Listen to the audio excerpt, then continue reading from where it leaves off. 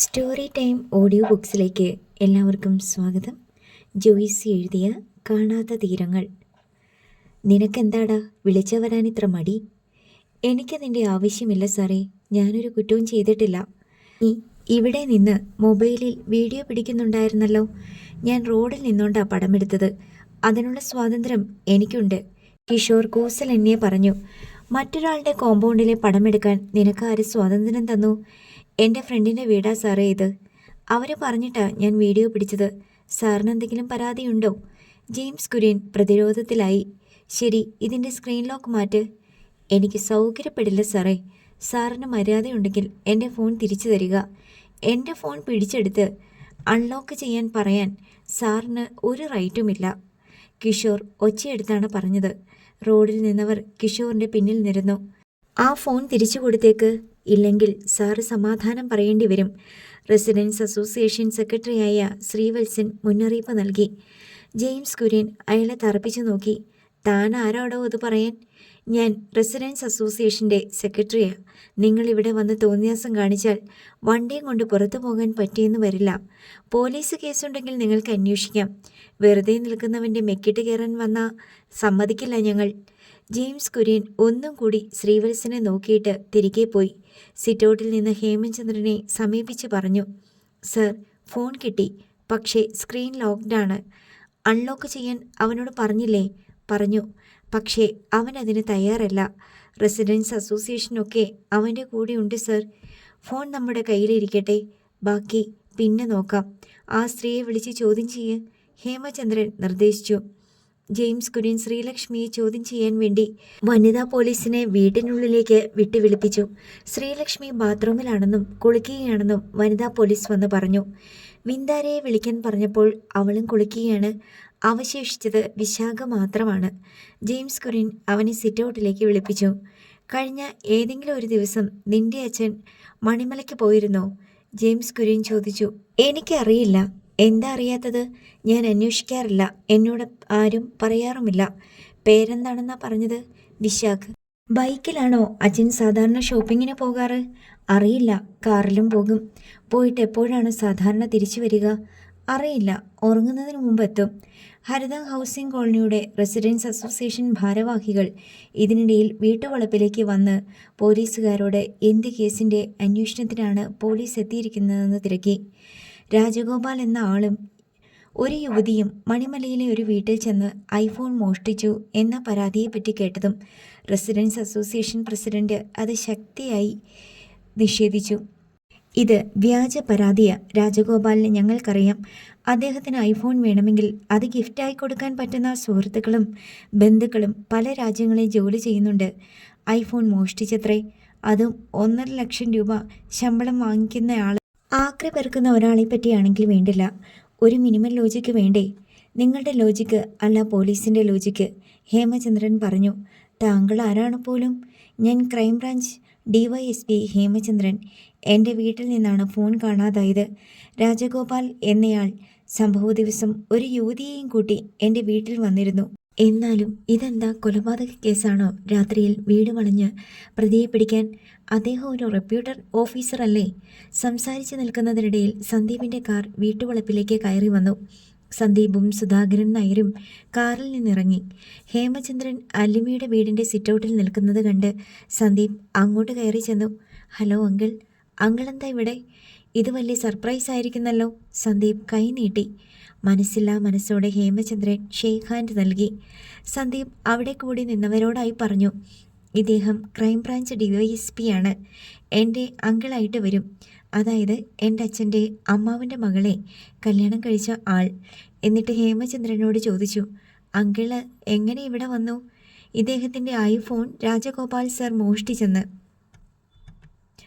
Association secretary Sreevatsan വെളിപ്പെടുത്തി. എപ്പോൾ മോഷ്ടിച്ചു? ഞാനും ഉണ്ടായിരുന്നല്ലോ രാജഗോപാൽ അങ്കിളിൻ്റെ കൂടെ മണിമല യാത്രയ്ക്ക്. അത് കഴിഞ്ഞ് നമ്മൾ തമ്മിൽ കോട്ടയത്ത് വെച്ച് കണ്ടല്ലോ. കോട്ടയം ഈസ്റ്റ് പോലീസ് സ്റ്റേഷനിലെ SIയെ കൊണ്ട് ഞങ്ങളുടെ കാർ തടഞ്ഞു നിർത്തിച്ചത് ഓർക്കുന്നില്ലേ? അപ്പോഴൊന്നും ഐഫോണിൻ്റെ കാര്യം പറഞ്ഞില്ലല്ലോ. അതിനുശേഷം ഞാൻ വീട്ടിൽ ചെന്നപ്പോഴാണ് അറിഞ്ഞത് ഫോൺ കാണാനില്ലെന്ന്. അങ്കിൾ ഫോൺ വീട്ടിൽ വെച്ചിരിക്കുകയായിരുന്നു. അത് എൻ്റെ വൈഫിൻ്റെ കയ്യിലായിരുന്നു. അവൾ അത് അശ്രദ്ധമായിട്ട് എവിടെയോ വെച്ചു. ഇവിടുത്തെ ആളുകൾ വന്നു പോയ ശേഷം അത് കാണാനില്ല. അങ്കിള് പിന്നെന്തിനാ അന്ന് വൈകുന്നേരം വീട്ടിൽ ചെന്ന് എൻ്റെ അച്ഛനെയും അമ്മയെയും ഭീഷണിപ്പെടുത്തിയത്? ഞാൻ ഇനി മണിമലയ്ക്ക് ചെല്ലരുതെന്ന്. ഐഫോൺ മോഷ്ടിക്കപ്പെട്ടതുകൊണ്ടാണോ? ഹേമചന്ദ്രൻ പതറി. അങ്കിളെ, ഇതിലെന്തൊക്കെയോ ഹിഡൻ അജണ്ടകളുണ്ടല്ലോ. ഞാൻ കോട്ടയം പത്രം ഓഫീസിൽ കയറിയപ്പോൾ കോട്ടയം പോലീസ് എന്നെ പിടിക്കാൻ ഓഫീസിന് മുന്നിൽ കാവൽ കിടക്കുന്നു. എറണാകുളത്തേക്ക് കാറോടിച്ചു വരുമ്പോൾ അങ്കിളും കോട്ടയം പോലീസും കൂടി ഞങ്ങളെ വളഞ്ഞു പിടിക്കുന്നു. പിന്നെ എൻ്റെ വീട്ടിൽ കയറി ത്രട്ടൺ ചെയ്യുന്നു. ഇപ്പോൾ ഇവിടെ വന്നൊരു കള്ളക്കഥ, ഐഫോൺ മോഷണം. Real problem. എന്താ അങ്കിളെ? പുലുവാലി പിടിച്ചതുപോലെയായി ഹേമചന്ദ്രൻ. മണിമല പോലീസല്ലേ? സന്ദീപ് ജെയിംസ് കുര്യനെ നോക്കി. ശരിക്കുള്ള വിഷയം എന്താണ്? സാറിൻ്റെ പരാതി അനുസരിച്ച് പ്രതിയെ തിരക്കി വന്നതാണ്. റോഡിൽ ഇതിനിടയിൽ ഒരാൾക്കൂട്ട ചലനമുണ്ടായി. ഒരു സ്കൂട്ടിയുടെ ഹെഡ്ലൈറ്റ് വീടിന് നേർക്ക് തിരിഞ്ഞു വന്നു. രാജഗോപാലും അലിമയുമായിരുന്നു സ്കൂട്ടറിൽ. പോർച്ചിനടുത്തേക്ക് മാറ്റി രാജഗോപാൽ സ്കൂട്ടർ നിർത്തി. രാജഗോപാലും അലിമയും ഇറങ്ങി. ഹെൽമറ്റ് അഴിച്ച് സ്കൂട്ടിയിൽ തന്നെ വെച്ചു. സ്കൂട്ടിയിൽ നിന്ന് ഒരു ഷോപ്പിംഗ് ബാഗും എടുത്ത് അലിമ രാജഗോപാലിനൊപ്പം സിറ്റൗട്ടിന് നേർക്ക് ചെന്നു. പോലീസിനെയോ ജനക്കൂട്ടത്തെയോ കണ്ടിട്ട് യാതൊരുവിധ അമ്പരപ്പുകളുമില്ല രണ്ടുപേർക്കും. ഇവിടെ നടക്കുന്നതെല്ലാം കൃത്യമായി അവർ അറിയുന്നുണ്ടായിരുന്നുവെന്ന് ഹേമചന്ദ്രന് ബോധ്യമായി. സിറ്റൗട്ടിലേക്ക് കയറി വന്ന രാജഗോപാലിനോട് Manimala S I James Kurian ചോദിച്ചു, താങ്കളുടെ പേരാണോ രാജഗോപാൽ? അതെ, രാജഗോപാൽ മറുപടി നൽകി. താങ്കൾ ഈ യുവതിയും ഒന്നിച്ച് മണിമലയിലെ കല്ലാറ്റുപടിക്കൽ വീട്ടിൽ പോയിട്ടുണ്ടായിരുന്നോ? ഉവ്. അവിടെ നിന്ന് താങ്കൾ ഒരു ഐഫോൺ തട്ടിയെടുത്തതായി പരാതി ലഭിച്ചിട്ടുണ്ട്. താങ്കളെയും ഈ യുവതിയെയും കസ്റ്റഡിയിലെടുക്കാൻ വേണ്ടി മണിമലയിൽ നിന്ന് വന്ന പോലീസാണ് ഞങ്ങൾ. കുന്നത്തനാട് പോലീസിൻ്റെ അറിവും അനുമതിയുമുണ്ട്. കുറ്റകൃത്യം താങ്കൾ ചെയ്തതാണോ? അതെ. രാജഗോപാൽ പറഞ്ഞ മറുപടി കേട്ട് അവിടെ ഉണ്ടായിരുന്നവരെല്ലാം പകച്ചുപോയി. കല്ലാറ്റുപടിക്കൽ വീട്ടിൽ നിന്ന് ഐഫോൺ മോഷ്ടിച്ചുവെന്ന് നിങ്ങൾ സമ്മതിക്കുന്നു? എസ് ഐ വിശ്വാസം വരാതെ ചോദിച്ചു. ഉവ്, സമ്മതിക്കുന്നു. രാജഗോപാൽ അക്ഷോഭ്യനായി പറഞ്ഞു. ഹേമചന്ദ്രനെ വിയർത്തു തുടങ്ങി. അയാൾക്ക് അപകടത്തിൻ്റെ മണം കിട്ടി. മോഷ്ടിച്ച തൊണ്ടി മുതൽ എവിടെ? വിറ്റോ അതോ കയ്യിലുണ്ടോ? അത് ഞാനിവിടെ സൂക്ഷിച്ചിട്ടുണ്ട്, രാജഗോപാൽ പറഞ്ഞു. സകല മനുഷ്യരും വീർപ്പടക്കി നിശബ്ദരായി നിൽക്കുകയാണ്. എസ് ഐ ജെയിംസ് കുര്യൻ ഹേമചന്ദ്രനെ നോക്കി. എഴുതിക്കൊണ്ടുവന്ന തിരക്കഥ അനുസരിച്ചല്ല കാര്യങ്ങൾ. തൊണ്ടി മുതൽ എടുപ്പിക്കണ്ടേ സർ? ആ, വേണം. ഹേമചന്ദ്രന് സമ്മതിക്കുകയല്ലാതെ നിർവാഹമില്ലായിരുന്നു. നിങ്ങൾ മോഷ്ടിച്ച ഫോൺ എടുത്തുകൊണ്ടുവരൂ, ജെയിംസ് കുര്യൻ രാജഗോപാലിനോട് നിർദ്ദേശിച്ചു. ആ ഫോണിൻ്റെ നമ്പറും സീരീസും കളറും ഒക്കെ പറഞ്ഞാൽ എളുപ്പമായിരുന്നു, രാജഗോപാൽ പറഞ്ഞു. നിങ്ങൾ മോഷ്ടിച്ച ഫോൺ എടുത്തുകൊണ്ട് വന്നാൽ മതി. അതിനെന്തിനാണ് നമ്പറും സീരീസും അറിയുന്നത്? സർ, ഐഫോൺ എൻ്റെ ഒരു വീക്ക്നെസ് ആണ്. അതെവിടെ കണ്ടാലും ഞാൻ അടിച്ചു മാറ്റും. അങ്ങനെ തട്ടിയെടുത്ത 17 ഐഫോണുകൾ ഇവിടെ അലമാരത്തട്ടിൽ കൂട്ടിയിട്ടിരിക്കുകയാണ്. അതിലേതാണ് സാറിൻ്റെ ഫോൺ എന്ന് എനിക്കറിയില്ല. നമ്പറും സീരീസും കളറും ഒക്കെ പറഞ്ഞാൽ കണ്ടുപിടിക്കാൻ ബുദ്ധിമുട്ടില്ലായിരുന്നു. താൻ കുഴപ്പത്തിലായി കഴിഞ്ഞുവെന്ന് ഹേമചന്ദ്രന് ബോധ്യപ്പെട്ടു. അല്ലെങ്കിൽ പരാതിയുടെ പകർപ്പ് കാണിച്ചാലും മതി. അതിൽ കാണുമല്ലോ ഫോണിൻ്റെ നമ്പറും സീരീസും കളറും വിലയും ബില്ലും എല്ലാം. രാജഗോപാൽ കുറ്റം സമ്മതിച്ചപ്പോൾ സ്തബ്ധരായി നിന്നുപോയ ഹരിതം ഹൗസിംഗ് കോളനി നിവാസികൾക്കും ഇപ്പോൾ സംഗതി പിടികിട്ടി തുടങ്ങി. അങ്കിളെ, ഫോൺ നമ്പർ പറഞ്ഞു കൊടുക്ക്, നമുക്ക് പെട്ടെന്ന് ജോലി തീർക്കാം. സന്ദീപ് ഹേമചന്ദ്രനെ പ്രോത്സാഹിപ്പിച്ചു. അയാൾ സന്ദീപിൻ്റെ നേർക്ക് കത്തുന്നൊരു നോട്ടം നോക്കി. ഒരു പോലീസ് വാഹനം കൂടി 5-ാം നമ്പർ ക്രോസ് റോഡിലൂടെ വരുന്നുണ്ടായിരുന്നു. ആളുകൾ ഒതുങ്ങിക്കൊടുത്തു. പോലീസ് ജീപ്പിന് കയറാനും കൂടി വീട്ടുവളപ്പിൽ സ്ഥലമില്ലാത്തതിനാൽ അത് റോഡിൽ തന്നെ നിന്നു. കുന്നത്തനാട് സർക്കിൾ ഇൻസ്പെക്ടർ പ്രകാശ് പോളിനെ കോളനി നിവാസികൾ ചിലർ തിരിച്ചറിഞ്ഞു. പ്രകാശ് പോൾ ഇറങ്ങി വീട്ടുവളപ്പിലേക്ക് ചെന്നു. സിറ്റൗട്ടിന് താഴെ നിന്ന കുന്നത്തനാട് സ്റ്റേഷനിലെ പോലീസുകാർ പ്രകാശ് പോളിനെ കണ്ടതും സല്യൂട്ട് അടിച്ചു. സിറ്റൗട്ടിലേക്ക് കയറിയപ്പോൾ മണിമല പോലീസും സല്യൂട്ട് നൽകി. മണിമല എസ് ഐ ജെയിംസ് കുര്യനോട് CI പ്രകാശ് പോൾ പരാതിയെക്കുറിച്ച് അന്വേഷിച്ചു. പരാതിയുടെ കോപ്പി കാണണമെന്ന് ആവശ്യപ്പെട്ടു. അത് നോക്കിയ ശേഷം ജെയിംസ് കുര്യനോട് ചോദിച്ചു, ഈ പരാതി ഗൗരവമുള്ളതാണോ അല്ലയോ? ജെയിംസ് കുര്യൻ മറുപടി പറയാൻ ഒന്ന് സംശയിച്ചിട്ട് ഹേമചന്ദ്രനെ നോക്കി. വളരെ ഗൗരവമുള്ള പരാതിയാണ്, ഹേമചന്ദ്രൻ പറഞ്ഞു. താങ്കൾ ആരാണ്? CI ചോദിച്ചു. ഞാനാണ് പരാതിക്കാരൻ. ക്രൈം ബ്രാഞ്ചിൽ DYSP റാങ്കിൽ ജോലി ചെയ്യുന്നു. പേര് ഹേമചന്ദ്രൻ. സോറി സർ, മഫ്റ്റിയിലായതുകൊണ്ട് മനസ്സിലായില്ല. CI അപ്പോൾ തന്നെ ഹേമചന്ദ്രന് സല്യൂട്ട് നൽകി. സർ, ഫോൺ നമ്പർ ഇല്ല. ഫോൺ ഏത് സീരീസ് ആണെന്നുള്ളത് വിവരമില്ല. ഫോണിൻ്റെ ഡീറ്റെയിൽസ് ഒന്നുമില്ല. വെറും പരാതി മാത്രമേ ഉള്ളൂ. സാർ ഉപയോഗിച്ചുകൊണ്ടിരുന്ന ഫോണായിരുന്നോ? അതെ. പ്രതി കുറ്റം സമ്മതിച്ചു കഴിഞ്ഞു. അതവിടെ നിൽക്കട്ടെ. സാറിൻ്റെ വീട്ടിൽ വച്ചാണോ ഫോൺ മോഷണം പോയത്? അതെ. സാറിൻ്റെ വീട്ടിലുള്ളവർക്ക് ഫോണിനെ പറ്റി അറിയാമോ? അറിയാം. ആർക്കൊക്കെ അറിയാം? എൻ്റെ വൈഫിനറിയാം. നിങ്ങൾ എന്നെയാണോ ചോദ്യം ചെയ്യുന്നത്?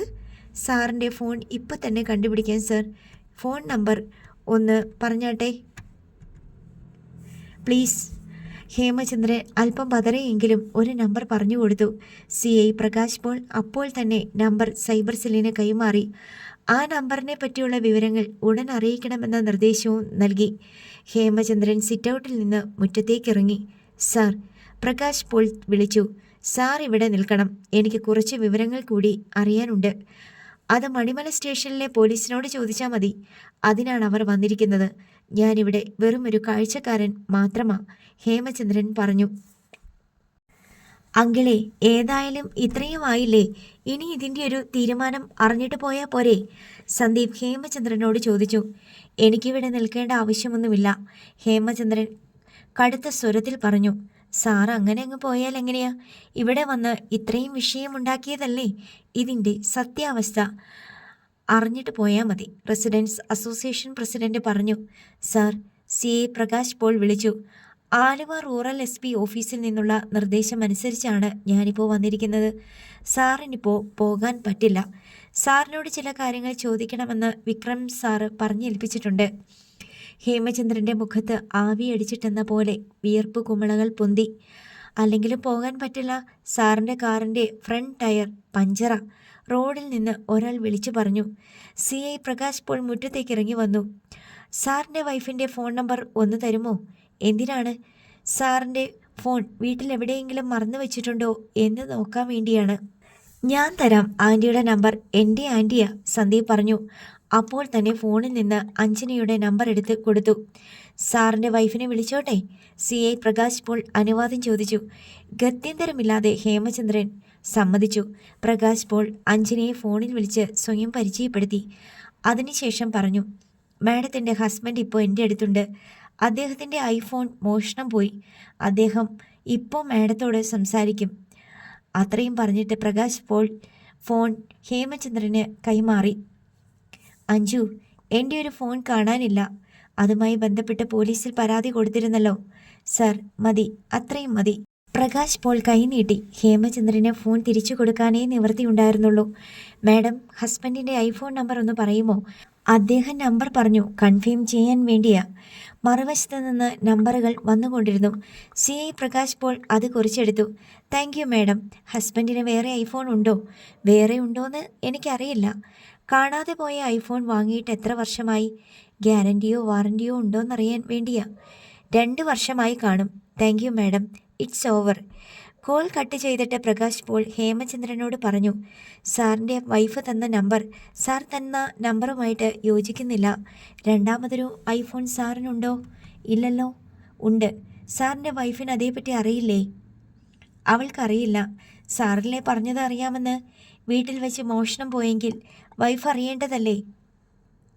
വൈഫിനറിയാത്ത പല കാര്യങ്ങളും ഉണ്ടാവും ഒരു പോലീസ് ഓഫീസർക്ക്. നിഷേധാത്മകമായ മറുപടി കേട്ടപ്പോഴേ പ്രകാശ് പോൾ നിർത്തി. അല്പസമയത്തിനകം സൈബർ സെല്ലിൽ നിന്ന് വിവരം ലഭിച്ചു. ഹേമചന്ദ്രൻ കൊടുത്ത നമ്പർ നിലവിലില്ല. ആ നമ്പർ ഇതേവരെ ആരും ഉപയോഗിച്ചിട്ടില്ല. ഹേമചന്ദ്രൻ സാർ തന്ന നമ്പർ ഉപയോഗത്തിലില്ലാത്തതാണ്. ഒരിക്കലും ആരും ഒരു ഫോണിലും ഉപയോഗിച്ചിട്ടില്ല. ഇതിന്ന് മനസ്സിലാകുന്നത് സാറിൻ്റെ പരാതി വ്യാജമാണെന്നും മോഷണം പോയെന്ന് പറഞ്ഞ ഫോൺ സാറിന് ഉണ്ടായിരുന്നിട്ടേ ഇല്ലെന്നുമാണ്. സോറി സർ, ഈ പരാതിയിൽ ഇവിടെ കുന്നത്തുനാട് സർക്കിൾ ഏരിയയിൽ നടപടിയെടുക്കാൻ പറ്റില്ല. പ്രകാശ് പോൾ അനന്തരം മണിമല SI ജെയിംസ് കുര്യനെ സമീപിച്ചു. വസ്തുനിഷ്ഠമായ തെളിവുകളില്ലാതെ വ്യാജ പരാതിയും കയ്യിൽ പിടിച്ച് മേലിൽ കുന്നത്തുനാട് ജൂറിസ്ഡിക്ഷനിൽ വരരുത്. ഈ കാക്കിക്കുപ്പായം ഇട്ടുകൊണ്ട് പോലീസ് ഡിപ്പാർട്ട്മെന്റിന് നാണക്കേടുണ്ടാക്കി വെക്കരുത്. എത്രയും വേഗം നിങ്ങൾ സ്ഥലം വിട്ടു പോകണം. ജെയിംസ് കുര്യന്റെ മുഖം ജാളിയും കൊണ്ട് വിളറി വെളുത്തു. ചൂളിക്കൊണ്ട് അയാൾ സല്യൂട്ട് അടിച്ചു. എന്നിട്ട് സിറ്റൗട്ടിൽ നിന്നിറങ്ങി. സോറി പറഞ്ഞിട്ട് പോടോ. പ്രകാശ് പോൾ നീരസപ്പെട്ടു. Sorry sir. ഇവിടുത്തെ ഗൃഹനാഥനോടും. ജെയിംസ് കുര്യൻ സിറ്റൗട്ടിലേക്ക് കയറി വന്നു. രാജഗോപാലിന്റെ മുന്നിൽ ചെന്ന് തല താഴ്ത്തി പറഞ്ഞു, സോറി. രാജഗോപാൽ ഒന്നും മിണ്ടിയില്ല. ജെയിംസ് കുര്യൻ റോഡിൽ കിടന്ന പോലീസ് ജീപ്പിനടുത്തേക്ക് നീങ്ങി. ഗേറ്റിൽ വെച്ച് കിഷോർ പറഞ്ഞു, ഫോൺ തന്നിട്ട് പോണം സാറേ. ഏത് ഫോൺ? സാറിൻ്റെ കയ്യിൽ നിന്ന് പിടിച്ചു വാങ്ങിയത്. അത് ഹേമചന്ദ്രൻ സാറിൻ്റെ കയ്യിലാണ്. അങ്കിളേ, കിഷോർ ഉറക്കെ വിളിച്ചു. ഹേമചന്ദ്രൻ സാർ അങ്കിളേ. ഹേമചന്ദ്രൻ തല തിരിച്ചു നോക്കി. സാറേ, ഞാൻ കിഷോർ, സന്തുവേട്ടൻ്റെ കസിന. അതായത് ജയദേവൻ നമ്പ്യാർ കല്യാണം കഴിച്ചിരിക്കുന്നത് എൻ്റെ അച്ഛൻ്റെ സഹോദരിയാണ്. ആ നിലയ്ക്ക് നമ്മൾ തമ്മിൽ ഒരു ചെറിയ റിലേഷനുണ്ട്. ഹേമചന്ദ്രൻ രൂക്ഷമായി നോക്കിയിട്ട് മുഖം തിരിച്ചു. അങ്കിള് പിടിച്ചു പറിച്ച് കീശയിൽ വെച്ചിരിക്കുന്ന എൻ്റെ ഫോൺ തിരിച്ചു തന്നേക്കാമോ? നിന്റെ ഫോൺ പിടിച്ചെടുത്തോ? സന്ദീപ് ചോദിച്ചു. അത് തിരിച്ചു കൊടുക്കങ്കിളെ. ഫോൺ തിരിച്ചു കൊടുക്കുകയല്ലാതെ ഹേമചന്ദ്രന് ഗത്യന്തരമില്ലായിരുന്നു. പാൻസിൻ്റെ പോക്കറ്റിൽ നിന്ന് എടുത്തു നീട്ടിയ ഫോൺ വാങ്ങിയിട്ട് കിഷോർ താങ്ക്സ് അങ്കിളെ എന്ന് പറഞ്ഞു. ഹേമചന്ദ്രൻ പോലീസ് ഇന്നോവയുടെ പങ്ക്ചറായ ടയർ മാറ്റി സ്റ്റെപ്പിന് ഇടാൻ 20 മിനിറ്റ് എടുത്തു. മണിമലയിൽ നിന്നുള്ള പോലീസും ഹേമചന്ദ്രൻ്റെ കാറും നീങ്ങിയപ്പോൾ റോഡിൽ നിന്ന് കൂക്കുവിളികൾ ഉണ്ടായി. ഔദ്യോഗിക സന്ദർശനത്തിൻ്റെ ഔപചാരികമായ പരിമിതികളെക്കുറിച്ച് ബോധ്യമുണ്ടായിരുന്നതിനാൽ രാജഗോപാലും അല്ലിമയും സന്ദീപും കൂടി ആലുവയിലെ വസതിയിൽ വെച്ചാണ് SP വിക്രം ശ്രീനിവാസിനെ കണ്ടത്. അല്ലിമയും വിക്രം ശ്രീനിവാസിൻ്റെ മകൾ മധുബാലയും തമ്മിലുണ്ടായിരുന്ന ഉറ്റ സൗഹൃദം അതിനുള്ള വഴിയൊരുക്കി. ഹേമചന്ദ്രനും മണിമല പോലീസും ചേർന്ന് നടത്തിയ മോഷണ കേസ് നാടകം പൊളിഞ്ഞതോടെ വിക്രം ശ്രീനിവാസനുമായി കൂടിക്കാഴ്ച നടത്താൻ ഒരിടം രാജഗോപാലിന് കിട്ടുകയും ചെയ്തു. ഔപചാരികമായ പ്രകടനങ്ങൾക്ക് ശേഷം വിക്രം ശ്രീനിവാസ് രാജഗോപാലിനെയും സന്ദീപിനെയും അല്ലിമയെയും തൻ്റെ സ്വകാര്യ ഓഫീസ് റൂമിലേക്ക് ആനയിച്ചു. അവരോട് ഇരിക്കാൻ പറഞ്ഞിട്ട് SP തൻ്റെ കസേരയിൽ ഉപവിഷ്ടനായി. എനിക്ക് ഓഫീസിലേക്ക് പോകേണ്ടതുകൊണ്ടാണ് ഞാൻ യൂണിഫോമിൽ തന്നെ ഇരിക്കുന്നത്. നിങ്ങൾ എന്നെ കാണാൻ വന്നിരിക്കുന്നത് സീരിയസ് മാറ്ററുമായിട്ടാണെന്ന് എനിക്ക് തോന്നുന്നു. അതല്ലെങ്കിൽ എന്നെ നേരിട്ട് കാണേണ്ട ആവശ്യമില്ലല്ലോ. വിക്രം ശ്രീനിവാസ് 3 പേരെയും മാറി മാറി നോക്കി. സാർ, ഒരു പഴയ കഥ പറഞ്ഞോട്ടെ? സംഭവകഥയാണ്. സാറിന് പെട്ടെന്ന് കാര്യം മനസ്സിലാകും, സന്ദീപ് പറഞ്ഞു. പറഞ്ഞോളൂ. ഒരുപാട് ദീർഘിപ്പിക്കരുത്. പറയാൻ ഇത്തിരിയേ ഉള്ളൂ സർ. 10-22 വർഷം മുമ്പ് മണിമലയിലെ ഒരു പണക്കാരൻ്റെ മകൾ ഒരു ബസ് കണ്ടക്ടറെ പ്രേമിച്ച് അയാളുടെ കൂടെ ഇറങ്ങിപ്പോയി. അത് പിന്നെ പോലീസ് കേസായി കോടതിയിലെത്തി. കോടതി അവരെ ഒരുമിച്ച് ജീവിക്കാൻ അനുവദിച്ചു. അവർ ഒന്നിച്ച് ജീവിതം തുടങ്ങി. ഭീഷണി കൊണ്ടോ ഭയം കൊണ്ടോ ബസ് കണ്ടക്ടറുടെ കുടുംബം മണിമലയിൽ നിന്ന് മറ്റെവിടേക്കോ പോയി. പിന്നീട് അവരെപ്പറ്റി മണിമലക്കാർക്ക് ഒന്നും അറിയില്ല. ആ കുടുംബം ഇടുക്കിയിൽ എവിടെയോ ഉണ്ടെന്ന് പറയപ്പെടുന്നു. ഓക്കെ, വളരെ ലളിതമായ കഥ. വിക്രം ശ്രീനിവാസ് മന്ദഹസിച്ചു. 1 വർഷത്തിന് ശേഷം ആ പെൺകുട്ടി പൂർണ്ണ ഗർഭിണിയായ അവസ്ഥയിൽ പോണ്ടിച്ചേരിയിലെ ഒരു ഹോസ്പിറ്റലിൽ അഡ്മിറ്റ് ചെയ്യപ്പെട്ടു. അവിടെ വെച്ച് ഒരു പെൺകുഞ്ഞിനെ പ്രസവിച്ചു. പെൺകുട്ടിയുടെ ധനികരായ ബന്ധുക്കളാണ് അവളെ കൂട്ടിക്കൊണ്ടുവന്നതും തിരികെ കൊണ്ടുപോയതും. പോകുന്നതിന് മുമ്പ് അവർ ആ ചോര കുഞ്ഞിനെ തെരുവിൽ ഉപേക്ഷിച്ചു. ഇത്രയുമാണ് കഥ. ശരി, ഇപ്പോൾ എന്താണ് പ്രശ്നം? അന്നത്തെ ആ പെൺകുട്ടിയും ബസ് കണ്ടക്ടറും ജീവിച്ചിരിപ്പുണ്ടോ ഇല്ലയോ എന്നറിയില്ല. ഞാൻ അതേപ്പറ്റി അന്വേഷിക്കാൻ വേണ്ടി മണിമലയിൽ പോയി. അതോടെ ആ പെൺകുട്ടിയുടെ ഫാമിലി മൊത്തം ഇളകി. കടന്നൽക്കൂട്ടിൽ കല്ലെറിഞ്ഞ പോലെയായി ഞങ്ങളുടെ സ്ഥിതി. കഴിഞ്ഞ ദിവസത്തെ ഐഫോൺ മോഷണ കേസും പോലീസ് അന്വേഷണവും അതേന്ന് ഉരുത്തിരിഞ്ഞു വന്നതാ. എൻ്റെ വീട്ടിലും ഭീഷണിയുണ്ടായി. എൻ്റെ അച്ഛൻ്റെ അമ്മയുടെ കുടുംബക്കാരാണ് പ്രശ്നം വഷളാക്കുന്നത്. ബസ് കണ്ടക്ടറോടൊപ്പം പോയ പെൺകുട്ടി എൻ്റെ അച്ഛൻ്റെ കസിനാണ്, സന്ദീപ് വെളിപ്പെടുത്തി. അവരുടെ ഭീഷണിയാണോ നിങ്ങളുടെ പ്രശ്നം? അതോ ബസ് കണ്ടക്ടറെയും അയാളെ സ്വീകരിച്ച പെൺകുട്ടിയെയും പറ്റിയുള്ള അന്വേഷണമാണോ? SP ചോദിച്ചു. അന്വേഷണമാണ് സർ അവരുടെ പ്രോബ്ലം. അതിനെതിരെയാണ് ഭീഷണിയും വ്യാജമോഷണ കേസും മറ്റും. അന്വേഷണം കൊണ്ട് നിങ്ങൾ എന്താ ഉദ്ദേശിക്കുന്നത്? ആ ബസ് കണ്ടക്ടറും ഭാര്യയും ഇപ്പോൾ എവിടെയാണെന്നോ ജീവിച്ചിരിപ്പുണ്ടോ എന്നൊക്കെ അറിയണം. ആർക്കറിയണം? എന്തിനറിയണം? സന്ദീപ് രാജഗോപാലും പരസ്പരം നോക്കി. സന്ദീപിന് അറിയണോ? അതോ മിസ്റ്റർ രാജഗോപാലിന് അറിയണോ? അതുമല്ലെങ്കിൽ വേറെ ആർക്കെങ്കിലും അറിയണോ? 22 വർഷം മുമ്പ് പോണ്ടിച്ചേരിയിൽ വെച്ച് അവർ ഉപേക്ഷിച്ച് കളഞ്ഞ ഒരു പെൺകുഞ്ഞുണ്ടല്ലോ, അവൾക്കറിയണം അവളുടെ അച്ഛനും അമ്മയും ജീവിച്ചിരിപ്പുണ്ടോ എന്ന്. സന്ദീപ് പറഞ്ഞു. SP-യുടെ മുഖത്തെ ഭാവം മാറി. ജിജ്ഞാസയോടെ അദ്ദേഹം മുന്നോട്ടാഞ്ഞിരുന്ന് കൈമുട്ടുകൾ മേശയിൽ ഊന്നി. ആ കുഞ്ഞ് ജീവിച്ചിരിപ്പുണ്ടോ? ഉണ്ട് സർ, സന്ദീപ് പറഞ്ഞു. തെരുവിൽ നിന്നും കിട്ടിയ ആ കുഞ്ഞിനെ ഒരച്ഛനും അമ്മയും എടുത്ത് സ്വന്തം കുഞ്ഞിനെ പോലെ വളർത്തി പഠിപ്പിച്ചു. അവൾക്കിപ്പോൾ 22 വയസ്സായി. എവിടെയുണ്ടവൾ? വിക്രം ശ്രീനിവാസിന് ആകാംക്ഷ പെരുകി. സന്ദീപ് ബാക്കി കഥ പറയാൻ വിട്ടുകൊടുക്കുന്ന പോലെ രാജഗോപാലിനെ നോക്കി. തുറന്നു പറയാനുള്ള വിമുഖതയെ മറികടക്കാൻ രാജഗോപാൽ 2 നിമിഷം എടുത്തു. പിന്നെ 2 വാക്കിൽ ഉത്തരം പറഞ്ഞു. സാറിൻ്റെ മുന്നിലിരിപ്പുണ്ട്. SP വിക്രം ശ്രീനിവാസൻ ആളെ കണ്ടെത്താനാവാതെ ഒരു നിമിഷം പകച്ചു. മുന്നിലിരിക്കുന്ന പെൺകുട്ടി രാജഗോപാലിൻ്റെ മകളാണ്. മധുമാല അവളെപ്പറ്റി വളരെയധികം പറഞ്ഞിട്ടുണ്ട്. അവളുടെ കഴിവുകളെപ്പറ്റി, അവളുടെ സൗന്ദര്യത്തെപ്പറ്റി, അവളുടെ അറിവിനെപ്പറ്റി. പക്ഷേ അവളല്ലാതെ വേറൊരു പെൺകുട്ടിയും ഇല്ല തൻ്റെ മുന്നിൽ. SP വിക്രം ശ്രീനിവാസിൻ്റെ നോട്ടം അലിമയിൽ തന്നെ തങ്ങി നിന്നു. അയാൾ എഴുന്നേറ്റ് രാജഗോപാലിൻ്റെ നേർക്ക് കൈ നീട്ടി. രാജഗോപാലും എഴുന്നേറ്റ് വലങ്കൈ നീട്ടിക്കൊടുത്തു. വിക്രം ശ്രീനിവാസൻ ആ കൈപ്പത്തിയിൽ മുറുകെ പിടിച്ച് മെല്ലെ ഉലച്ചു. വീണ്ടും വീണ്ടും. പുതുവേലിയിൽ നിന്ന് കാർ പുതുക്കുഴി റോഡിലേക്ക് തിരിഞ്ഞ് കുറേ ദൂരം ഓടി. ഒടുവിൽ റബ്ബർ തോട്ടങ്ങളും പൈനാപ്പിൾ കൃഷിയിടങ്ങളും താണ്ടി ഒരു വീടിന് താഴെ കട്ടിംഗ് സൈഡിൽ ചെന്ന് നിന്നു. കാറിൽ നിന്ന് കിഷോർ ആദ്യം ഇറങ്ങി. പുറകെ അലിമയും സന്ദീപും. കിഷോർ അല്പം മാറി നിന്ന് കട്ടിങ്ങിന് മുകളിലെ വീടിൻ്റെ നേർക്ക് നോക്കി. വീടിൻ്റെ മേൽക്കൂരയും മുറ്റത്തിൻ്റെ അരികിലെ പൂച്ചെടികളും മാത്രമേ കാണാൻ പറ്റൂ. കിഷോറിൻ്റെ ഉത്സാഹം ഒന്ന് കാണേണ്ടത് തന്നെയായിരുന്നു. സന്ദീപും അലിമയും കൂടി കിഷോറിൻ്റെ അടുത്തെത്തി. എവിടെയാ? അലിമ ചോദിച്ചു. ഇവിടെ നിന്നാ കാണാൻ പറ്റില്ല, വാ കയറി ചെല്ലണം. കിഷോർ മുൻപേ നീങ്ങി. കട്ടിങ്ങിൽ ചെങ്കല്ല് വെട്ടിപ്പൊഴിച്ചുണ്ടാക്കിയ നടകൾ കയറി അവർ വീട്ടുമുറ്റത്തെത്തി. ആടിൻ്റെ കരച്ചിലും കോഴികളുടെ കൊക്കൽ ശബ്ദവും നായയുടെ കുരയും ഒരേ സമയം അവരെ സ്വാഗതം ചെയ്തു. വലം കൈയിൽ ഒരു കലവും ഇടത് കൈയിൽ ഒരു കുടവുമായി തിണ്ണയിലേക്ക് ചാടിയിറങ്ങി വന്ന പെൺകുട്ടി ഒരു നിമിഷം സ്തബ്ധയായി നിന്നുപോയി. കിഷോറും സന്ദീപും അവളെ തന്നെ സൂക്ഷിച്ചു നോക്കി. കണങ്കാൽ മുഴുവൻ മൂടാത്ത ബ്രൗൺ നിറമുള്ള ഏതോ സ്കൂൾ യൂണിഫോം, പാവാടയും തീർത്തും അയഞ്ഞ ഒരു ഷർട്ടുമിട്ട് സോഫിയ.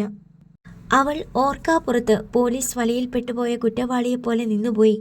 തന്നെത്താൻ മറയ്ക്കാൻ ഒരു തിരശീലയില്ല, ഓടി രക്ഷപ്പെടാൻ ഗൂഢമാർഗവുമില്ല. സോഫിയ, നീ തന്നെയാണോ ഇത്? സന്ദീപ് ചിരിച്ചുകൊണ്ട് ചോദിച്ചു. സോഫിയയ്ക്ക് നാണവും ദേഷ്യവും വന്നു. അല്ല, അവളുടെ അനുജത്തിയ. ഞാൻ അവളെ വിളിച്ചുകൊണ്ട് വരാം. സോഫിയ കലവും കുടവുമായി തിരിച്ചകത്തേക്ക് കയറിപ്പോയി. ഡാ, പിണങ്ങിയോ? സന്ദീപ് കിഷോറിനെ സംശയത്തിൽ നോക്കി. ഷെയിമായി കാണും, കിഷോർ പറഞ്ഞു. നോക്കാം അടുത്ത റിയാക്ഷൻ എന്താണെന്ന്. 2 പെൺകുട്ടികളും ഒരാൺകുട്ടിയും വാതിൽക്കൽ വന്ന് അവരെ നോക്കി. പെൺകുട്ടികളിൽ ഒരാൾ നഖം കടിച്ചുകൊണ്ട് തിരികെ പോയി. പകരം സോഫിയയുടെ അമ്മ വന്നു. അവർ വരാന്തയിലേക്ക് ഇറങ്ങി.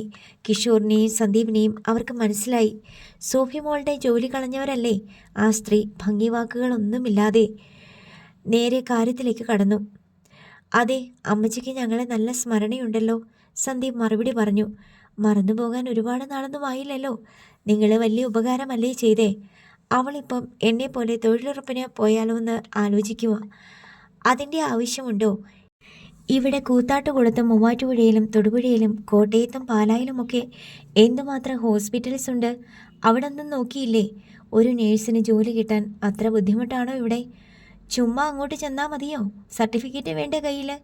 അത് പോണ്ടിച്ചേരിയിലെ ആശുപത്രിയിലല്ലേ? അതും ചോദിച്ചുകൊണ്ട് അങ്ങോട്ട് ചെല്ലാൻ പറ്റുമോ?